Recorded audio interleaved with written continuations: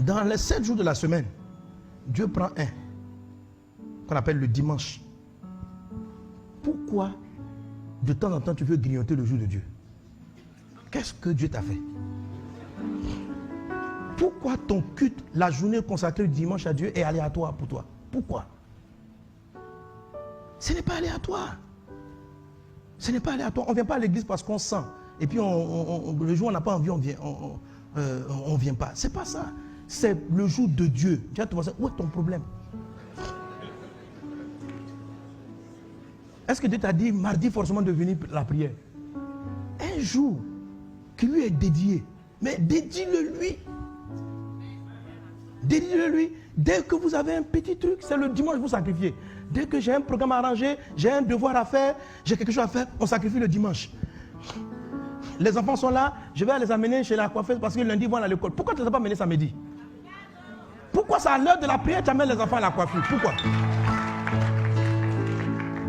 Je dis ce soir, on fait la maison, ils sont là. On dit non, lundi ils ont un truc, il faut que demain ils passent la tresseuse, ce don. Je dis ok. Pourquoi vous ne l'avez pas amené samedi? Pourquoi c'est à l'heure de la prière que vous trouvez que vous avez des choses à faire? Et même dans ce jour du dimanche là, Dieu ne prend pas les 24 heures. Mais les 2-3 petites heures là, tu discutes ça avec Dieu. Si le culte même a fait l'erreur de déborder, ton frère. Toi, quand tu causes avec tes amis, tu ne débordes pas de temps en temps? Tu as donné rendez-vous, tu dis mon ami, on finit à 15h. Il n'était pas arrivé d'arriver à 15h30 parce que la causerie est intéressante. Mais tu vas arriver dans la maison de Dieu. Dieu ne peut pas. Parce que la présence du Saint-Esprit est là. On ne peut pas. Il ne peut pas. Pourquoi? Attends, pourquoi? Pour quelle raison? Lundi, il ne t'a rien dit quand tu es parti au travail. Mardi, il ne t'a rien dit. Lundi, on va le prier. C'est là que tu trouves des arguments. Non, je suis occupé. Demain, j'ai un devoir à rendre. Pourquoi c'est ce jour-là que tu vas faire le devoir? Pourquoi tu n'as pas sacrifié une visite à un camarade? Pourquoi tu n'as pas sacrifié tes heures de sport? Pourquoi tu n'as pas sacrifié d'autres choses? Pourquoi Dieu est-il, c'est-à-dire l'heure de Dieu est ce qui est dans la balance et ce qui est facilement sacrifiable? Alors si Dieu n'est pas ta priorité, ne t'inquiète, ne faut même pas être surpris que toi tu ne sois même pas sa priorité dans son programme de grâce et de faveur. Faut pas te, tu ne le calcules pas, c'est-à-dire que tu le calcules après avoir fait ce que tu as à faire. Si aujourd'hui là, le dimanche c'est le jour où tu as prévu aller saluer ta maman, le culte, excusez-moi, je suis en ligne. Le jour où tu suis en ligne, Dieu n'est pas dans ton en ligne.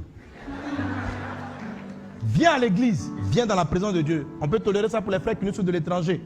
Mais toi, tu es habitant, tu peux venir à l'église, tu peux t'asseoir dans le temple, parce que tu vas aller saluer ta maman, mets ta maman après le culte. Quand tu arrives, tu as fini de faire le culte, il ne faut pas bavarder les frères à la sortie. Ça, c'est secondaire. Amen.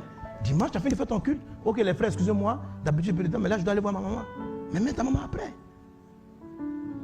Pourquoi tu ne sacrifies pas l'heure du travail pour aller voir ta maman? Parce que dans ton esprit, travailler, aller au travail, c'est plus important que prier. C'est plus important que chercher Dieu. C'est pourquoi tu préfères faire toute ta journée pleine au travail. Quand tu rentres, parce que je suis fatigué, je travaille samedi même, je suis fatigué. Le seul jour que j'ai, le seul jour qui me reste pour faire mes courses, c'est dimanche. Donc, les hommes t'ont épuisé, ils t'ont bouffé ton temps. Le seul petit jour que tu as, ton patron il a pris lundi, mardi, mercredi, jeudi, de 8h, souvent il y en a qui travaillent de 8h, 22h, 21h, 8h, 21h, 8h, 21h. Donc tu dis, tu as vu, mon patron a trop pris. Donc c'est toi ton heure, Jésus. Je vais sacrifier. Non. Non. C'est à toi de négocier tes contrats. Tu dis, Seigneur, vraiment je vous demande une permission. Ma mère a des difficultés en semaine. Ma mère, mon frère là, je vais aller lui rendre visite. Est-ce qu'aujourd'hui je peux descendre à 16h? Il dit, mais pourquoi? Mais prends le week-end pour faire ça. Non, dimanche, c'est le jour de Dieu. Comme vous avez déjà pris samedi, dimanche, c'est le jour de Dieu. Je ne peux pas prendre là-dedans. Et c'est comme ça, vous témoins de Dieu, vous montrez que vous craignez Dieu. Vous montrez que vous craignez Dieu. Et les gens, parce que les chrétiens agissent de la sorte, les païens ne nous respectent plus. C'est le dimanche maintenant ils mettent leur réunion. Dans la semaine on est trop pris. Tu dois arriver au travail. Je t'assure, si tu es comme Daniel, tu es comme Daniel et ses amis, Vous voyez, c'est là que Dieu voit la profondeur avec laquelle on l'aime. Hein. C'est là que Dieu voit. Si tu es comme Daniel, tu dis, excusez-moi, c'est à quelle heure la réunion? On dit non, le matin. Monsieur, vraiment, je vous aime bien. Mais ce jour-là, c'est le jour du Seigneur. Je vais aller faire le culte de manière, comme c'est exceptionnel. J'ai 2 heures de culte, je vais venir. Je vais faire le premier culte ce jour-là. Je vais venir vers 11 heures. Pourquoi? Voilà. Parce que ce qu'ils sont en train de dire là, ils ne vont pas demander à nos cousins qui vont à la mosquée. Ils ne vont pas le demander. Ils ne vont pas toucher à ça. Quand ça va être la prière, on arrête les cars, tu comprends? On arrête les cars. On arrête, vous arrêtez là, on bloque la route.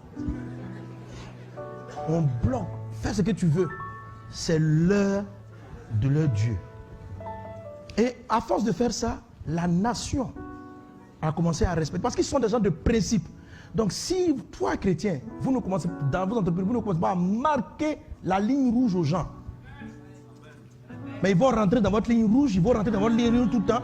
Parce qu'ils ont compris que non, tu dis que tu es chrétien, mais le dimanche, c'est sacrifiable. Il faut que dans l'administration et partout, les gens comprennent que dimanche là. Alléluia.